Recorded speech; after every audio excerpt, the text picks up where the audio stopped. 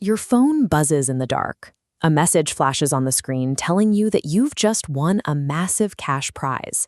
You might think you'd never fall for a message like that. Yet the Federal Trade Commission tracks billions of dollars disappearing into these exact traps every year, extracted from highly educated, fully functional adults. These operations succeed because they don't target a victim's intelligence. They target human brain chemistry, using specific emotional triggers like excitement, greed, and fear to deliberately bypass our logical filters.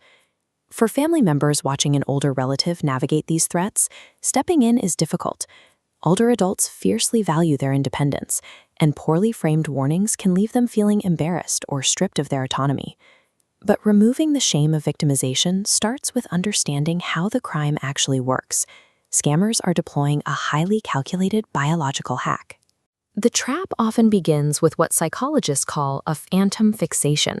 The scammer dangles a life-changing reward, a massive lottery payout or a luxury car, so dazzling that it consumes the victim's attention. This engages System 1 thinking. It's the fast, automatic, and highly emotional mode of our brain, designed for quick reactions rather than careful analysis. With the victim focused entirely on this massive windfall, the scammer introduces a hurdle. They ask for a minor processing fee or tax. Compared to the glowing promise of millions, a $50 wire transfer feels completely negligible. Yielding to that first small request gives the scammer a foot in the door. It establishes a pattern of behavioral compliance, making the victim increasingly comfortable following instructions. Then the demands escalate, and the sunk cost effect takes over. Having already spent their own money, the victim feels psychologically compelled to keep paying, convinced that giving up now means wasting their initial investment. By this stage, the emotional weight of the prize has heavily compromised their ability to evaluate the situation rationally. To close the trap, the scammer deploys their most effective weapon: extreme, artificial time pressure. They demand a final, immediate payment, or the prize will be lost forever.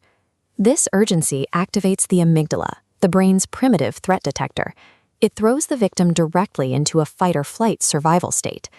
When this happens, blood flows away from the prefrontal cortex, the area responsible for critical thinking, and floods into the emotional centers. In this hijacked state, the victim is biologically incapable of pausing to examine the details. Their brain is optimized to react, not reflect. This is exactly when scammers demand payments that are irreversible and nearly impossible to trace, insisting on wire transfers, payments via Bitcoin, or Apple gift cards. To ensure the spell isn't broken, they use isolation tactics, instructing the victim to keep the win an absolute secret so that a friend or bank teller can't intervene. The scam relies on weaponizing a natural survival reflex against the victim. Breaking that cycle usually requires a calm, external voice. This is where family members and caregivers become the strongest line of defense, protecting loved ones while actively preserving their dignity. This approach requires empathy and not correction. Caregivers can normalize the threat by explaining that con artists are professional manipulators who successfully target people of all ages. From there, you can build protective habits together. The first is simply to pause. Hanging up the phone and walking away for 10 minutes allows the brain to cool down and reoxygenate the logical centers. Next is verification.